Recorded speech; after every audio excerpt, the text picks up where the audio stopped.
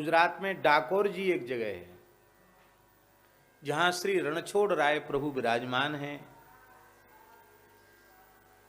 बहुत महान तीर्थ है डाकोर, महर्षि डंक की तपस्थली है। और श्री रामदास जी नाम के एक भक्त हुए हैं, रामदास बोढ़ाणा। उनके घर में भगवान द्वारिकाधीश द्वारिका से चल कर के आए। रामदास के सदन राय रणछोड़ सिधारे। ये द्वारिकाधीश जी का मूल विग्रह है। मूल स्वरूप द्वारिकाधीश जी जो हैं वे डाकोर में विराजमान है। रणछोड़ राय जी जिनका नाम है। यहां जहां डाकोर है यहां रामदास जी रहते थे। रामदास भगत बड़े अनन्य नाम जापक थे और प्रत्येक एकादशी को वे डाकोर से पैदल चलकर द्वारिका जाते थे। एकादशी के एक दिन पहले पहुंच जाते। एकादशी को गोमती सागर संगम में स्नान करते, निर्जल व्रत करते थे, दिन भर नाम जप करते थे और पूरी रात्रि नाम संकीर्तन करते थे। द्वादशी को फिर गोमती सागर संगम में स्नान करके भगवान द्वारकाधीश का दर्शन करके व्रत पारण करके आते थे। तो तुलसी मस्तक पर रख करके यहाँ से ले जाते थे। हमने सुना है कि इतना समय उनको लगता था कि वहां पहुंचते पहुंचते तुलसी में मंजरी आ जाती थी। कई दिन तक पैदल चल के पहुंचना, फिर पैदल ही आना लौट करके। ज्यादातर समय इसी में बीत जाता था। महीने में 2 एकादशी होती है तो बस आने जाने में ही समय बीतता था प्रायः। भगवान उनकी भक्ति पर इतने रीझ गए थे कि भगवान आग्रह करते थे कि अब भक्ति जी तुम वृद्ध हो गए हो, हम स्वयं आ जाया करेंगे। बोले नहीं नहीं, जब एकादशी तिथि आती है तो आपके दर्शन की विकलता बढ़ती है और हम चल पड़ते हैं। इसलिए जब तक शरीर में सामर्थ्य है तब तक हम नियम नहीं छोड़ेंगे। तो ठाकुर जी ने कहा तुम नियम नहीं छोड़ते हो, तुम्हारे आने से हमको कष्ट होता है क्योंकि तुम इतनी परेशानी सहन करके यहाँ तक आते हो। तो ऐसा करो, हमको भी तुम्हारे बिना मन नहीं लगता। हम भी द्वादशी को तुम चले जाते हो तो हम दूसरी एकादशी की प्रतीक्षा करते हैं। अब भगत जी आएंगे, अब भगत जी आएंगे, अब भगत जी आएंगे। हमको भी तुम्हारे बिना चैन नहीं पड़ता, हमें भी तुम्हारा वियोग हो जाता है। तो क्यों न ऐसा करो, अब की एकादशी पर बैलगाड़ी लेकर आना और हम तुम्हारे साथ ही तुम्हारे घर चलेंगे। रामदास भगत रोने लगे। बोले महाराज हम तो बहुत गरीब आदमी हैं, बहुत अकिंचन हैं, बड़े निर्धन व्यक्ति हैं। आप राजाधिराज द्वारिकाधीश, आपको बैठने की भी जगह हमारी झोपड़ी में नहीं है, कच्चा घर है, कहाँ बैठेंगे आप, क्या पाएंगे आप। ठाकुर जी ने कहा कि जो तुम प्रेम से पवा दोगे वही पाएंगे, पर अपने प्रेमी भक्तों से हम दूर नहीं रह सकते। भगवान की आज्ञा मान करके आप बैलगाड़ी लेकर के आए। बैलगाड़ी लेके आए तो लोगों ने, किसी ने शंका नहीं की। लोगों ने कहा बूढ़े हो गए हैं, लगता पैदल चलने में तकलीफ है, इसलिए भगत जी का तो नियम है तो बैलगाड़ी से आए, कोई बात नहीं।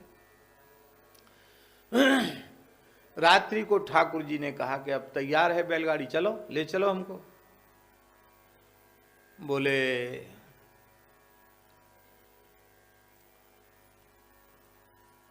तैयार तो हैं प्रभु।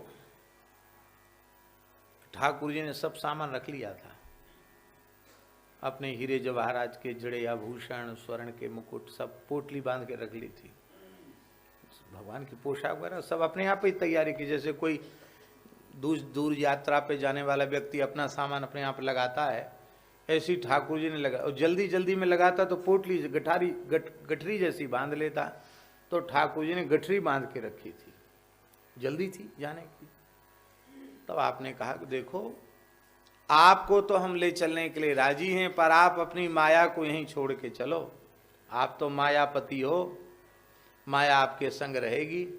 पर महाराज हम गरीब आदमी हैं, आप तो चाहे जैसे गुजारा कर लोगे। इतना सोना चांदी लेकर पहुंचोगे तो हमारे लिए तो बड़ी समस्या हो जाएगी। फूस का छप्पर है, कच्चा मिट्टी का घर है, कहाँ आप रहेंगे। आपको यदि हमसे प्रेम है तो सब सामान ऐसे ही छोड़ के चलना पड़ेगा, एक कपड़े में चलना पड़ेगा। तो जैसे लोग प्रेम करते हैं ना, प्रेम के लिए सब कुछ बलिदान कर देते हैं, ठाकुर जी ने भी सब त्याग दिया। ठीक है चलो, तो जैसे तुम्हारी राजी। भगवान ने कहा, एक वस्त्र में भगवान हो गए, बैलगाड़ी में बैठ गए। अब बैलगाड़ी तो अपने बैलगाड़ी के ढंग से चलेगी, पुरानी बैलगाड़ी थी, और बैल भी कोई नए जवान बैल नहीं थे, बड़े बूढ़े बैल थे।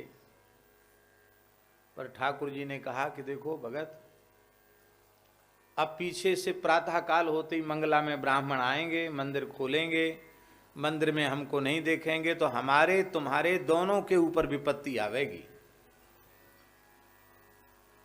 तो हमको बचाओ। प्रभु कैसे बचाएं? आप नहीं कहा, आप जानो। तो बोले ऐसा करो कि तुम सो जाओ और हम बैलगाड़ी हाँकते हैं। तो हमको ऐसी विद्या मालूम है कि हम बहुत जल्दी बैलगाड़ी दूर तक ले जा सकते हैं, और गाड़ी हाँकने का, रथ हाँकने का तो हमारा पुराना अभ्यास है। महाभारत युद्ध में अर्जुन के सारथी हम बने ही, तो अब कलयुग में भी हमारा मन है बैलगाड़ी हाँकने का, आपका गाड़ीवान बनने का। तो ठाकुर जी ने कहा, हम आपकी गाड़ी हाँकेंगे। भगवान ने अपने कर कमल जैसे ही बैलों के ऊपर फिराए, वे वृद्ध बैल तो युवा जैसे हो गए, बैलगाड़ी दिव्य हो गई। ओ महाराज, बैल जैसे उड़ने लगे, बड़ी तेजी से बैल चलने लगे, और बहुत लंबी दूरी तय हो गई। अर्धरात्रि में ठाकुर जी चले थे, इतनी दूर किसी वाहन से नहीं जाया जा सकता था, ठाकुर जी बैलगाड़ी से वहां तक पहुंचा दिया। इधर मंदिर खुला, मंदिर में ठाकुर जी नहीं दिखाई पड़े, रामदास भगत नहीं दिखाई पड़े। अरे यही रात भर कीर्तन करता था, ये भगत नहीं है, लगता है रामदास ही ले गया है। अब सबको पक्का विश्वास यही था, रामदास ले गए।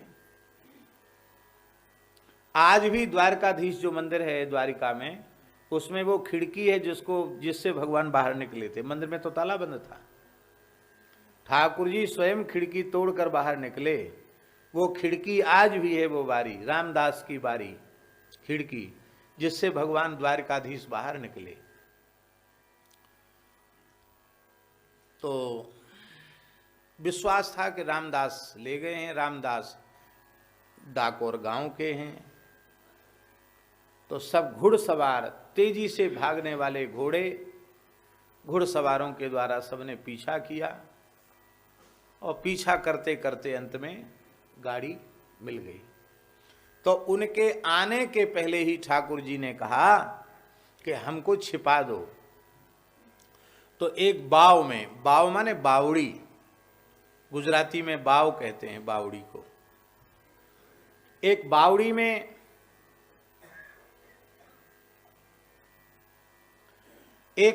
में ठाकुर जी को विराजमान कर दिया गया।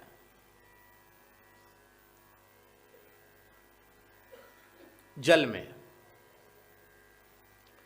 और रामदास जी प्रेम से अपनी गाड़ी हाँकने लगे। भगवान ने समझा दिया था, कुछ डरना नहीं, कुछ बोलना भी नहीं। वो देखे गाड़ी देखेंगे, गाड़ी में मैं मिलूंगा नहीं, और तुम्हारे पास तो कुछ है ही नहीं। भाई कुछ लेके भगे तो कुछ चीज तो होगी, कुछ है ही नहीं, हम अकेले आए हैं, हम बावड़ी में हैं। तो श्री ठाकुर जी ने समझा बुझा दिया था, वो सब दौड़े, इनको घेर लिया। ए गाड़ी रोको, कहाँ है ठाकुर जी? कुछ बोले नहीं। देखा गाड़ी में ठाकुर जी नहीं, इनके पास नहीं है। अरे बोले कहीं छिपा के आया होगा, ये बोलता नहीं है भगत, इसी के सामने ठाकुर जी गए, यही लेने वाला है, कहीं छिपा दिया है इसने। तो सब लोग पीटने लगे, मारने लगे इनको लाठियों से। रामदास जी बूढ़ाना बेहोश हो गए, मूर्छित हो गए। किसी ने कहा रे बुढ़ा है, मर गया है, इस मरे हुए को मारने से क्या फायदा है, ठाकुर जी खोजो। इनको मरा हुआ मानकर छोड़ दिया था, पर इनमें चेतना थी, ये बेहोश थे। चारों ओर देखा तो बावड़ी में देखा तो बावड़ी का जल लाल हो रहा था। क्यों हो रहा था लाल, समझ गए? ठाकुर जी ने भक्त की चोट अपने ऊपर सहन की थी, तो ठाकुर जी की पीठ पर लाठियों के चिन्ह थे, उनसे रक्त झर रहा था, उससे बावड़ी का जल लाल हो गया। ठाकुर जी को पुजारियों ने उठाया। तो कलिकाल की घटना है, अनुमान है 700-800 वर्ष पुरानी घटना होगी। ठाकुर जी सीसी का ऐसे करने लगे, ठाकुर जी कष्ट के मारे, क्योंकि ठाकुर जी को भक्त की महिमा बढ़ाना थी। इसलिए ठाकुर जी उन पुजारियों के सामने प्रत्यक्ष जैसे लीला करने लगे, जैसे किसी के घाव में हाथ लग जाए तो वो सिहर जाए, ऐसे ठाकुर जी कराहने लगे। अरे बहुत कष्ट है, अरे मत छुओ, अरे मत छुओ, ओ बहुत कष्ट है, बड़ी पीड़ा है, बड़ी पीड़ा है। लोगों ने पूछा, आखिर तो ब्राह्मण थे, पुजारी थे, उनके भी नेत्र भराए, प्रभु आपके इस शरीर पर ऐसे घाव कैसे हुए? अरे दुष्टो, छुओ मत, तुमने ही हमारे शरीर पर घाव किए हैं और फिर पूछते हो घाव कैसे हुए? महाराज हम तो आपके सेवक हैं, पुजारी हैं, अर्चक हैं, हम भला आपके श्रीअंग पर घाव कैसे कर सकते हैं? भगवान ने कहा कि तुम ही विचार करो, रामदास सीधा साधा भगत, वृद्ध, और उस पर तुम सब 50 सैकड़ों ब्राह्मणों ने मिलकर लाठियों का प्रहार किया, क्या वो जीवित रह सकता था? वो सारी मार तो मैंने सहन किए, देखो मेरी पीठ पर लाठियों के चिन्ह। ब्राह्मण लज्जित हो गए, बोले महाराज क्षमा करें। बोले बिल्कुल क्षमा नहीं, हमको गाड़ी पर बिठा दो। गाड़ी पर ठाकुर जी को बिठाया गया, रामदास से सबने क्षमा मांगी। ठाकुर जी नाराज, ठाकुर जी ठाकुर तक पहुंच गए। ब्राह्मणों ने कहा महाराज अब आप तो नाराज हो गए। बोले वैसे तो हम चले भी जाते द्वारिका, लेकिन तुमने मेरे भक्त का अपमान किया है, अब मैं द्वारिका नहीं जा सकता, तो भक्त के यहीं रहूंगा मैं। अब ब्राह्मणों ने जो अपने मन की असली बात थी वो कह दी। असली बात जानते हो नहीं? हम लोगों की असली बात यह है कि हमें भगवान उतने प्रिय नहीं है जितनी दान दक्षिणा प्रिय है। समझ में आई बात? ठाकुर जी 2 नंबर 3 नंबर पे हैं, भेंट पूजा मान सम्मान दान दक्षिणा 1 नंबर पे है। ये प्रसन्नता की बात नहीं है, ये पीड़ा की बात है, ये कष्ट की बात है। होना क्या चाहिए है? क्या होना चाहिए? कामी नारी प्यारी जिमि, लोभी प्रिय जिमि दाम, तिमि रघुनाथ निरंतर, प्रिय लागहु मोहि राम। भगवान हमें प्रिय लगने चाहिए। तो ब्राह्मणों के मन में जो असली बात छिपी हुई थी वो उजागर हो गई। ब्राह्मणों ने कहा महाराज आप तो यहाँ विराज जाओगे, हमारा कोई व्यापार धंधा है नहीं, हैं खेती पाती नौकरी चाकरी हम करते नहीं, हम लोग ब्राह्मण हैं, हम तो आपके ही नाम से पूजा खा रहे थे, आप यहाँ विराज जाओगे तो हम द्वारिकावासी ब्राह्मण तो भूखे मर जाएंगे। तो कोई बात नहीं, आप यहां रहो, पर हमारे भेंट पूजा दान दक्षिणा की व्यवस्था करो, आप रहे आओ, कोई बात नहीं। ठाकुर जी ने कहा ठीक है, अब समझ में आई। तो भगवान बोले चलो कोई बात नहीं, तब ठीक है। अच्छा हमारे बराबर सोना तुमको मिल जाए तो तुम राजी हो? मन में बड़े खुश हुए। क्यों? कि ठाकुर जी को बावड़ी से उठा के लाए थे, बहुत वजनदार ठाकुर जी। अरे बोले इतना वजन ठाकुर जी में, इतना सोना मिलेगा, और फिर हम लोग हिसाब थोड़ा थोड़ा बांट लेंगे सोना, और फिर सोने से कोई जमीन जायज कुछ ना कुछ नया काम कर लेंगे, गृहस्थी अपनी चलेगी ठाठ से, क्या है। बोले वैसे तो महाराज जी, ठाकुर जी अब आप कह रहे हो तो आपकी बात तो माननी पड़ेगी आपकी, वैसे तो आप चलते वहां तो ठीक है, लेकिन चलो आपकी राजी नहीं है, आप अपने बराबर सोना ब्राह्मणों को देना चाहते हैं तो दे दे दे, कोई बात नहीं, उसी से हम संतोष कर लेंगे, क्या करें, गुजारा कर लेंगे।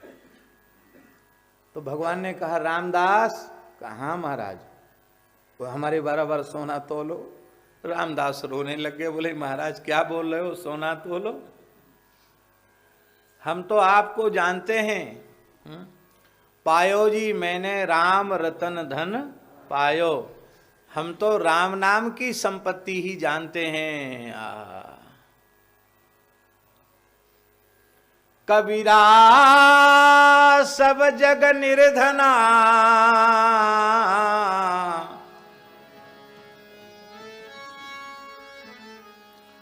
कबीरा सब जग निर्धना, धनवंता नहीं कोई, धनवंता सोई जानिए, जाके राम नाम धन होए। वही धनवान है जिसके राम नाम धन है। हे भगवान, मेरा धन तो आप हैं, आपका नाम, आपका रूप, आपकी लीला, यही हमारा धन है। हम सोना नहीं जानते हैं, हमारे यहां कोई खजाना गड़ा नहीं जब आपको सोने से तोल दें। ठाकुर जी बोले बड़ा भारी कंजूस है, इतना सोना रखा हुआ है तेरे घर में और तू मना कर रहा है ब्राह्मणों को देने। अरे ब्राह्मणों के पास कुछ चला जाएगा तो तेरा क्या घाटा है। महाराज मेरी स्मृति में नहीं है कि सोना मेरे पास है, तेरी स्मृति में होने से क्या हुआ, हम तो जानते हैं। तो ब्राह्मणों ने सोचा कि निश्चित भगवान तो सर्वज्ञ हैं, कहीं गड़ा हुआ धन होगा। भगवान ने कह धरा, रामदास को बुलाया और बोले इधर आओ, अपना कान हमारे मुंह के पास लाओ। तो रामदास ने ऐसे कान किया तो ठाकुर जी ने कहा तुम्हारी जो गृहिणी है ना भक्तानी, उस भक्तानी के कान में सोने की बाली है। क्या? इतने गरीब थे रामदास जी, उनके गृहिणी के दोनों कान में भी बाली नहीं थी, एक कान में एक पतरा सा सोने का तार बाली वो कान में थी, नाक और कोई आभूषण नहीं था ही नहीं, बहुत गरीबी थी। तो रामदास ने कहा महाराज वो तो बहुत हल्की है। अरे बोलो मत, सबके सामने सब भेद खुल जाएगा, हम तो उसी से तुल जाएंगे।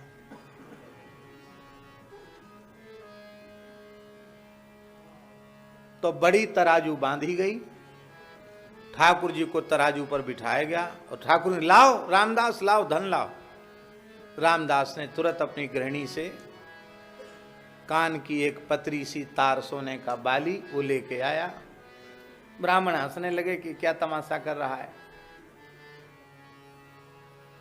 जैसी बाली पड़ले पर रखी, द्वारकाधीश रण छोड़ राय तो ऊपर झूलने लग गए और बाली वाला जो पड़ला था वो जमीन से चिपक गया। ध्यान में आई बात, भगवान हल्के हो गए, बाली वजनदार हो गई, भगवान से कई गुना ज्यादा हो गई। भगवान बोले भाई देखो हम तो उदार हैं, हमारे भक्त हमसे भी ज्यादा उदार हैं। सौदा तो तय हुआ था कि बराबर का सोना देंगे, लेकिन हमारे भक्त की उदारता है, हम अपने से कई गुना सोना तुमको ज्यादा दे रहे हैं, ले ले जाओ। ब्राह्मण बोले अरे तुम तो ठगते हो। कैसे? कहले जैसे आपने वामन अवतार में बलि को ठग लिया, ऐसे ही हमको ठग रहे हो।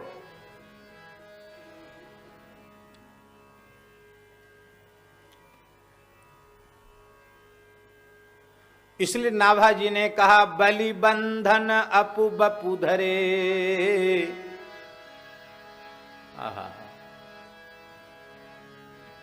आपने हमको ठग लिया। भगवान ने कहा हम ठगते वक्त किसी को नहीं है,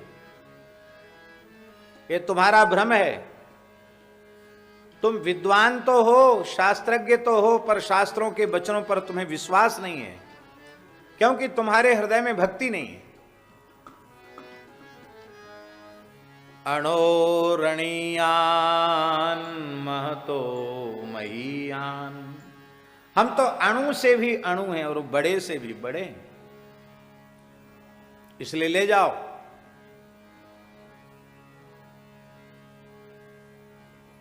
ब्राह्मण बोले धरे रहो अपने पास, कम नहीं चाहिए। क्यों?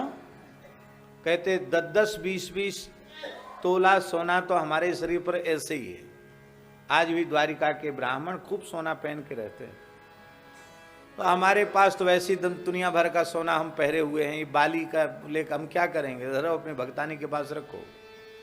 हमारा समाधान तो नहीं होगा इस बाली से। हमने तो इसलिए सोने की बात स्वीकार की थी कि आपके वजन के बराबर सोना कुछ बहुत ज्यादा मात्रा में मिलेगा तो हम लोग कुछ कर लेंगे, कोई दूसरा धंधा कर लेंगे। अब आपने ऐसा काम कर दिया, तब महाराज हमको तो आप अपने जैसा स्वरूप ही प्रदान कर दीजिए। भगवान को दया आ गई। भगवान ने कहा कि तुम जाओ, वहां तुम्हें मेरे ठाकुर जी जहां होंगे वहां ठाकुर जी का संपूर्ण ऐश्वर्य होगा। जहां द्वारिकाधीश विराजे वहीं द्वारिका प्रकट हो गई, डाकोर द्वारिका बन गया। वहां गोमती सागर तीर्थ सरोवर के रूप में प्रकट हो गया, जिसको गोमती सागर सरोवर, गोमती सरोवर कहते हैं। ये गोमती सागर संगम तीर्थ है। भगवान शिव ने आश्रय दिया भगवान को। डंकेश्वर महादेव वहां विराजमान हैं। भगवान द्वारकाधीश रण छोड़ राय वहां विराजे, आज भी विराजे।